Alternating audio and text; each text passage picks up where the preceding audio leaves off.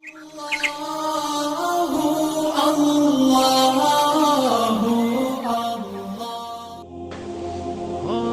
نسبت ہم بھی پا سکتے ہیں اگر ہم اخلاص کے ساتھ محنت کرنے والے بن جائیں۔ ایک عام سا مشاہدہ یہ ہے کہ ہمیں گناہوں نے اس نسبت کو پانے سے روکا ہوا ہے۔ کہیں آنکھ کا گناہ، کہیں زبان کا گناہ، کہیں کوئی گناہ۔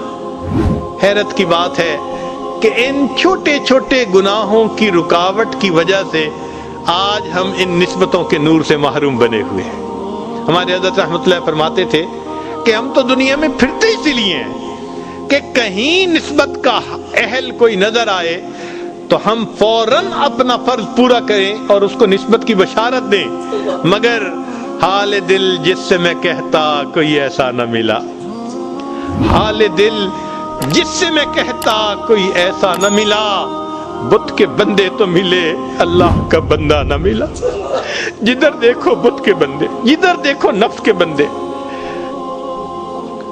ہم تو مائل بکرم ہیں، کوئی سائل ہی نہیں، راہ دکھلائیں کسے راہ روے منزل ہی نہیں۔ تو نوجوان جو سالکین اس راستے میں آگے بڑھنا چاہتے ہیں، ان کی خدمت میں اتنی گزارش ہے کہ اتنا انہوں نے اپنی زندگیوں کو تبدیل کر لیا، اب تو تھوڑا سا کام باقی ہے۔ جو بقیہ چند گناہ ہیں ان سے بھی سچی پکی توبہ کر لیں، اللہ تعالیٰ عطا کر کے خوش ہوتے ہیں، محروم کر کے کبھی خوش نہیں ہوتے۔